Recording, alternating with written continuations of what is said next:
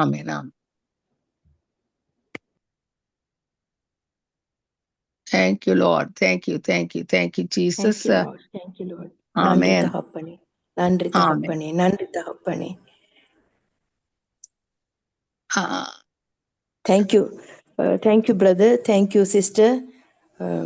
கர்த்தருக்கு மகிமை உண்டாகட்டும். இந்த வேளை முழுவதையும் கர்த்தருடைய பாதத்துல நாங்கள் வைத்து ஒருமனப்பட்டவர்களாக தேவாதி தேவன் இந்த இடத்துல பேச போகிற ஒவ்வொரு வார்த்தைக்காயும் அவருக்கு பரவாயில்ல. அப்ப அதை பற்றி பரவாயில்ல பிரதர், கொடுக்கட்டும், அவருக்கு முதல் கொடுக்கட்டும். தொடருங்கள். என்ன பிரதர், நான் நடத்துறதா இல்லையா? நீங்கள் கொடுங்க, உங்களோட மெசேஜ் கொடுங்க. தொடருங்கள். நன்றி தகப்பனே, நன்றி தகப்பனே, நன்றி தகப்பனே. இந்த காலை வேளைக்காய் நாங்கள் நன்றி செலுத்துவோம். நாங்கள் ஒருமனப்பட்டவர்களாக தேவாதி தேவனை, ராஜாதி ராஜனை நாங்கள் உயர்த்துவோம்.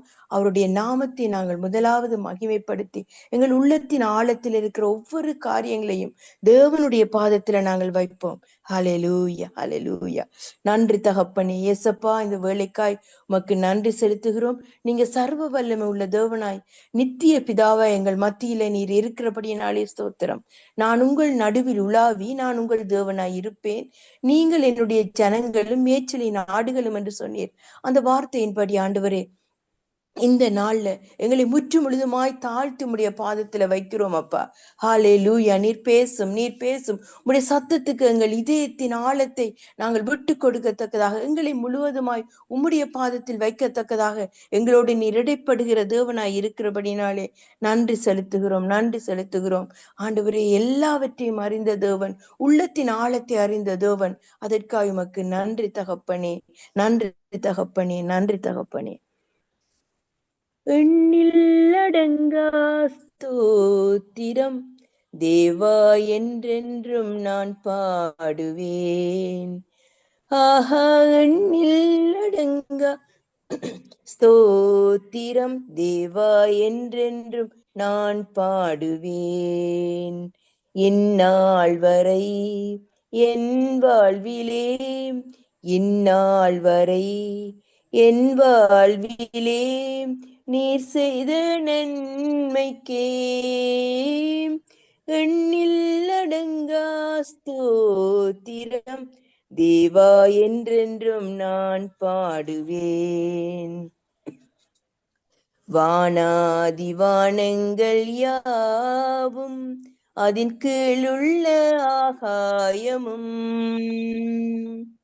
வானாதி வானங்கள் யாவும், அதில் கீழுள்ள ஆகாயமும், பூமியில் காண்கின்ற யாவும் கர்த்தர் உம்மை போற்றுமே. எண்ணில் அடங்கா ஸ்தோத்திரம் தேவா, என்றென்றும் நான் பாடுவேன். காட்டிலே வாழ்கின்ற யாவும், கடும் காற்றும் பனித்தூறலும், காட்டிலே வாழ்கின்ற யாவும், கடும் காற்றும் பனித்தூறலும், நாட்டிலே வாழ்கின்ற யாவும் நாதா உம்மை போற்றுமே. ஆஹா, எண்ணில் அடங்கா ஸ்தோத்திரம் தேவா, என்றென்றும் நான் பாடுவேன். இந்நாள் வரை என் வாழ்விலே, இந்நாள் வரை என் வாழ்விலே நீர் செய்த நன்மைக்கே எண்ணில் அடங்கா ஸ்தோத்திரம் தேவா, என்றென்றும் நான் பாடுவேன். ஹல்லேலூயா, ஹல்லேலூயா. நன்றி தகப்பனே, நன்றி இயேசப்பா, நன்றி இயேசப்பா. இந்த காலை வேளைக்காய் நாங்கள் நன்றி செலுத்துகிறோம். நீர் எங்களுடைய தேவாதி தேவனாய் இருக்கிறபடினாலே நன்றி. ஹல்லேலூயா, ஹல்லேலூயா. உன்னதமானவரின் உயர் மறைவில் இருக்கிறவன் சர்வ வல்லவருடைய நிழலில் தங்குவான் என்று சொன்னீரே. நீர் என் அடைக்கலம், என் கோட்டை, என் தேவன், நான் நம்பி இருக்கிற துருகமாய் நீர் இருக்கிறபடினாலே உமக்கு நன்றி செலுத்துகிறேன். அவன் என்னை நோக்கி கூப்பிடுவான், நான் அவனுக்கு உத்தரவு கொடுத்து அவன் அறியாதும் அவன் எட்டாதுமான பெரிய காரியத்தை செய்வேன் என்று சொன்ன தேவாதி தேவனே, நீர் எங்கள் நடுவில் உலாவுகிறவர், உங்களை வழி நடத்துகிற தேவன் அப்பா. அதற்காய் நன்றி நன்றி, கொடான கொடி ஸ்தோத்திரம். இந்த காலை வேளையை உம்முடைய பாதத்துல நாங்கள் ஒப்பு கொடுக்கிறோம் ஆண்டவரே. எங்க கூடி இருக்கிற ஒவ்வொருவர் மத்தியிலும் உம்முடைய சமூகம் இருக்கிறபடினாலே ஸ்தோத்திரம். உள்ளத்தின் ஆழத்துல நீர் இடைப்படுகிறபடினாலே ஸ்தோத்திரம். நீர் பேசுகிறபடினாலே உமக்கு நன்றி தகப்பனே. நன்றி தகப்பனே, நன்றி தகப்பனே. ஹல்லேலூயா, ஹல்லேலூயா, ஹல்லேலூயா. நன்றி அப்பா, இயேசப்பா. நன்றி நன்றி நன்றி. பிரதர், இந்த வார்த்தை கூட கடந்து போகலாமா? இப்ப கட்டாயம் நீங்கள் போகலாம், தொடருங்கள். தேங்க்யூ வார்த்தையை கொடுக்கலாம். தேங்க்யூ. இந்த வேளையில நாங்க ஒருமனப்பட்டு வார்த்தைக்காய் நாங்கள் ஜெபிப்போம். தகப்பனே, இந்த வார்த்தையை உம்முடைய கரத்துல ஒப்பு கொடுக்கிறேன்.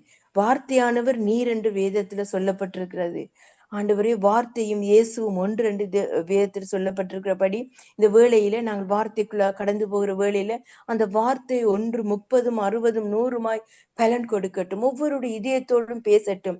கர்த்தர் அந்த வார்த்தையோடு பேசுகிறபடினால் அவருக்கே கொடான கொடி ஸ்தோத்திரம். ஆமேன், ஹல்லேலூயா. இந்த வேளையில நாங்க வேதத்துல அநேக பெண்கள் இருக்கிறாங்க, அநேகருடைய தியாகங்கள் காணப்படுறது. ஆனா இந்த இடத்துல நான் ஒரு பெண்ணை குறித்து நான் பேசும்படியாக நான் எடுத்துக்கொண்டிருக்கிறேன். கர்த்தர் இந்த பெண்ணோடு என்னோடு இடைப்பட்டிருக்கிறார். அதற்காக தேவனுக்கு நன்றி செலுத்துகிறேன். இந்த வேளையில மரியாளை குறித்து, மரியாள் இயேசுவின் தாயாகிய மரியாளை குறித்து நாங்கள் சில காரியங்களை ஆராய்வோம். லூக்கா 1ஆம் அதிகாரம் 28ஆம் வசனத்தில இருந்து 38ஆம் வசனம் வரை. லூக்கா 1ஆம் அதிகாரம் 28ஆம் வசனத்திலிருந்து 38ஆம் வசனம் வரை அதை நான் வாசிக்கிறேன், கேளுங்க. அவள் இருந்த வீட்டில் தேவதூதன் பிரவேசித்து, கிருபை பெற்றவளே வாழ்க, கர்த்தர் உன்னுடனே இருக்கிறார், ஸ்திரீகளுக்குள்ளே நீ ஆசீர்வதிக்கப்பட்டவள் என்றான். அவளோ அவனை கண்டு அவன் வார்த்தையில் கலங்கி, இந்த வாழ்த்துதல் எப்படிப்பட்டதோ என்று சிந்தித்துக் கொண்டிருந்தாள். தேவதூதன் அவளை நோக்கி, மரியாளே, பயப்படாதே, நீ தேவனிடத்தில் கிருபை பெற்றாய். இதோ நீ கர்ப்பவதியாகி ஒரு குமாரனை பெறுவாய். அவருக்கு இயேசு என்று பெயரிடுவாராக. அவர் பெரியவராயிருப்பார், உன்னதமானவருடைய குமாரன் எனப்படுவார். கர்த்தராகிய தேவன் அவருடைய பிதாவாகிய தாவீதின் சிங்காசனத்தை அவருக்கு கொடுப்பார். அவர் யாக்கோபின் குடும்பத்தாரை என்றென்றைக்கும் அரசாளுவார். அவருடைய ராஜ்யத்துக்கு முடிவிராது என்றான். அதற்கு மரியாள் தேவதூதனை நோக்கி, இது எப்படியாகும், புருஷனை அறியேனே என்றாள். தேவதூதன் அவளுக்கு பிரவுத்தரமாக, பரிசுத்த ஆவி உன்மேல் வரும், உன்னதமானவருடைய பலன் உன்மேல் நிழலிடும். ஆதலால் உன்னிடத்தில் பிறப்பது பரிசுத்தமுள்ளது, தேவகுமாரன் எனப்படும். இதோ உனக்கு இணைத்தாளாகிய எலிசபெத் தன் முதிர் வயதிலே ஒரு குமாரனை கற்பந்தரித்திருக்கிறாள். மெலடி எனப்பட்ட அவளுக்கு இது 6ஆம் மாதம், தேவனால் கூடாத காரியம் ஒன்றுமில்லை என்றான். அதற்கு மரியாள், இதோ நான் ஆண்டவருக்கு அடிமை, உம்முடைய வார்த்தையின்படியே எனக்கு ஆக கடவுதென்று கூறினாள். அப்பொழுது தேவதூதன் அவளிடத்திலிருந்து போய்விட்டான்.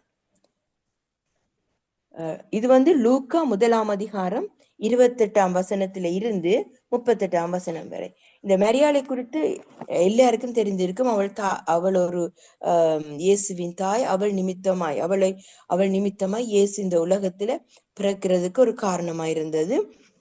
அவளை கொண்டுதான் தேவன் இந்த இடத்துல இயேசுவை பிறப்பித்தார் என்று நாங்க அறிந்திருக்கிறோம். மரியாளை குறித்து அநேக காரியங்கள் அநேக ஊழியக்காரர் மூலமாக பேசப்பட்டது.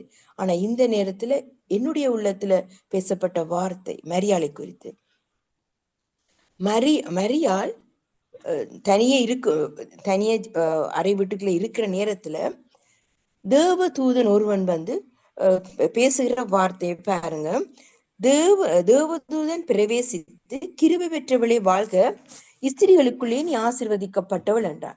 இந்த வார்த்தையை மரியாள் கேட்ட உடனே இந்த வார்த்தை எப்படிப்பட்டது என்று அவள் சிந்தித்து கொண்டிருக்கிறாள். அந்த தேவதனை கொண்டு பயப்படல, அல்லாட்டிக்கு அந்த அப்படிப்பட்ட ஒரு வார்த்தை இஸ்ரவேலுக்குள்ளே ஆசீர்வதிக்கப்பட்டவள் என்று சொன்ன வேளையில அவள் பெருமைப்படல. ஆனா இந்த வார்த்தை எப்படிப்பட்டது என்று சிந்தித்து கொண்டிருந்தாள். இப்ப மரியாளுக்கு அந்த நேரத்துல நாங்க பாக்குறோம், அந்த அவளுக்கு ஒரு 16 வயதுக்குள்ளதான் இருக்கும். ஏனென்றால் அவள் அந்த டைம்ல தான் யோசேப்புக்கு நியமிக்கப்பட்டிருந்தாள். இப்ப நாங்க எங்கட இதுல சொல்லப்போனா ப்ரப்போசல் பண்ணிப்பட்டிருக்குது, திருமணம் நடக்கல. இப்படிப்பட்ட சூழ்நிலையில இந்த வார்த்தை சொல்ற வேளையில அவள் யோசிச்சு கொண்டிருக்கிறாள், இது எப்படிப்பட்ட வார்த்தை, இந்த தேவதூதன் எனக்கு சொல்றான்னு. ஆனா தேவதூதனை கண்டு பயந்ததாக இல்லை. ஆனா அடுத்ததாக தேவதூதன் சொல்ற, நீ கற்பவதியாகி ஒரு குமாரனை பெறுவாய், அவருக்கு இயேசு என்று பெயரிடுவாயாக. அப்ப ஒரு சின்ன பெண், ஒரு 16 வயது பெண் இப்படி வார்த்தை சொல்லப்படுகிற வேளையில அவள் இன்னும் திருமணம் முடிக்கல, அப்படிப்பட்ட வார்த்தை சொல்லப்படுற அவள் கேட்கிறாள், இதுனா புருஷனே அறியேன்னு. ஆனா இதுல நாங்க பார்க்க வேண்டிய காரியம் என்னண்டா, திடீரென்று ஒரு தேவதூதன் வந்து நீ கற்பவதியாகி குமாரனை பெறுவான்னு சொல்லுகிற வேளையில அதை தாங்கிக் கொள்ற, அதை கிரகித்து கொள்ற மனப்பான்மை எப்படி வந்திருக்கும் இந்த மரியாளுக்கு? மரியாள் ஒரு கர்த்தருக்குள்ள ஒரு இருக்கிற பெண்ணா இருக்கிறது நிமித்தம் அந்த தேவதூதனை கண்டு பயப்படாம தனக்கு தேவன் சொன்ன வார்த்தையை அவள் கேட்டுக்கொண்டிருக்கிறாள். கற்பவதி அவள் குமாரனை பெறுவாள் சொல்ற வேளையில அவள் அதை ஏற்றுக்கொள்றது கஷ்டமா இருந்தது. என்னன்னு சொன்னா, அந்த இந்த நாட்களை போல இல்ல, அந்த இஸ்ரவேல் காலத்துல ஒரு பெண் ஒரு ஒரு ஒரு கன்னிப்பெண் கற்பவதியானா அவளை உடனே கல்லெறிஞ்சு கொண்டுருவாங்க. அப்படிப்பட்ட சூழ்நிலை எல்லாம் இருக்கு. அவள் அதெல்லாம் யோசிச்சிருப்பாள், கல்லெறிந்து கொள்ளுவாங்க, இது அந்த அந்த அந்த அந்த சமூகம் தன்னை ஏற்றுக்கொள்ளாது, தகப்பனுக்கு கெட்ட பேர் வரும், அதே நேரத்துல தனக்கு நியமிக்கப்பட்ட யோசேப்புக்கு கெட்ட பேர் வரும் என்று நிறைய காரியங்கள் யோசித்திருப்பாள். ஆனாலும் அவள் சொல்றாள், இதோ நான் ஆண்டவருக்கு அடிமை, உம்முடைய வார்த்தையின்படி ஆக கடவுள். எவ்வளவு ஒரு அர்ப்பணிப்பான ஒரு குணம் என்று பாருங்க, ஒரு அர்ப்பணிக்கப்பட்ட பெண் என்று பாருங்க. இப்ப ஒருவேளை அவள் வந்து இல்ல எனக்கு இயலாது என்று சொல்லி இருந்தா என்ன நடந்திருக்கும்?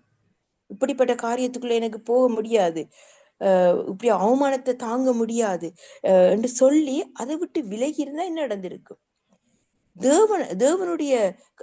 தேவன் ஒரு மனிதனை தேடி வந்து அவனுக்கு ஒரு காரியத்தை கொடுத்தா அது நடக்காம இருக்க மாட்டுது. ஒரு நாளும் அந்த வார்த்தை பொய் சொல்லாதுண்டு, தேவனுடைய வார்த்தை பொய் சொல்லாதுண்டு வேதத்துல சொல்லப்பட்டிருக்கு.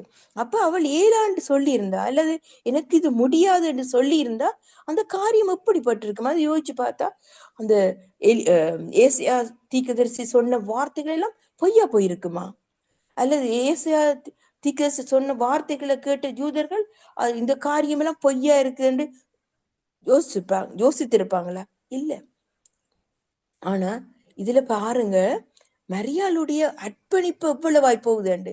தனக்கு எவ்வளவு அவமானம் வந்தாலும் என்ன காரியம் வந்தாலும் என்ன, நான் தேவனுடைய அடிமை, அவருடைய வார்த்தையின்படி ஆக்கடுவேன் தன்னும் அர்ப்பணிக்கிறாள். இந்த குணங்களை அறிந்த தேவன் தான் இவளை தன்னுடைய ஊடகமாக, இயேசு பிறப்பதற்கு ஒரு காரணமாக, ஒரு ஊடகமாக அவளை தெரிந்து கொண்டிருக்கிற இந்த நல்ல குணங்கள் நிமித்தமாய். அது மாத்திரமல்ல, இவள் அதை கேட்ட அந்த வார்த்தையை கேட்டோன்னே தன் உள்ளத்துல வைத்துக்கொண்டு எலிசபெத்தை தேடி போய் அங்க போகிற நேரத்துல எலிசபெத் மரியாளை கண்ட உடனே என்ன சொல்றான்னு பார்ப்போம். அதை நாங்க பார்க்கலாம்.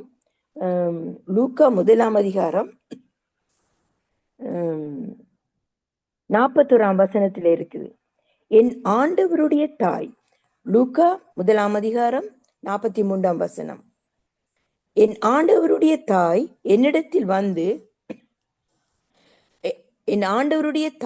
என்னிடத்தில் வந்தது எனக்கு எதினால் கிடைத்தது? இதோ நீ வாழ்த்தின சப்தம் என் காதில் விழுந்தவுடனே என் வயிற்றில் இருந்த பிள்ளை களிப்பால் துள்ளிற்று. விசுவாசித்தவளே பாக்கியவதி, கர்த்தரால் அவளுக்கு சொல்லப்பட்டது நிறைவேறும் என்றாள். அப்ப இங்க பாக்குறோம் நாங்க, இந்த எலிசபெத்துக்கு யாரு போய் சொல்லி இருப்பாங்க இப்படி மரியாள்ற வயிற்றுல இயேசு பிறக்க போறாருன்னு? இந்த எலிசபெத்தும் தேவனுக்குள்ள இருந்தபடியினால் தான் அந்த காரியம் வெளிப்பட்டிருக்கு. ஏனென்றா வேதத்துல நாங்க பாக்குறோம், ஒரு ஒரு மனுஷன் தேவனோட இருக்கிற வேளையில, தேவனுக்குள் இருக்கிற வேளையில தேவன் அவனுக்கு அந்த ரகசியங்களை வெளிப்படுத்துவார் என்று நாங்க பார்த்திருக்கிறோம், கேள்விப்பட்டிருக்கிறோம். அநேக காரியங்கள் வெளிப்படுத்துவார். அதே வண்ணமாகத்தான் எலிசபெத்துக்கு வெளிப்படுத்தப்பட்டிருக்க வேணும். ஏனென்றால் மரியாளை கண்டவுடனேயே அந்த எலிசபெத் வயிற்றில் இருக்கிற குழந்தை களிப்பால் துள்ளிட்டு விதத்தை சொல்லப்பட்டிருக்கு. அப்ப இந்த வார்த்தையெல்லாம் கேட்கிற நேரத்துல அந்த சிறு பெண்ணாய் இருக்கிற அந்த மரியாள் பெருமைப்படவில்லை. தான் ஒரு பிறக்க போகிற இரட்சகருடைய தாய் என்ற ஒரு மமதை அடையல.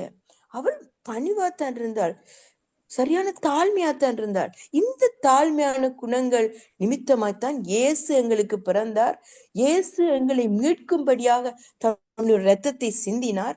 அதன் நிமித்தம் தான் நாங்க இந்த இடத்துல ஒன்று கூடி இருந்து தேவனுடைய நாமத்தை மகிமைப்படுத்துகிறோம். இயேசு மாத்திரம் அந்த மரியாளுடைய வயிற்றில் பிறக்கவில்லை என்றால், அந்த இரட்சகர் இந்த உலகத்துக்கு வரவில்லை என்றால், நாங்களும் இந்த இருளுக்குள்ளதான் இருந்திருப்போம். 2 ராஜ்யங்கள் இருக்கிறது, இருளின் ராஜ்யம், வெளிச்சத்தின் ராஜ்யம். அப்ப நாங்க இருந்தது இருளின் ராஜ்யத்துக்குள்ள.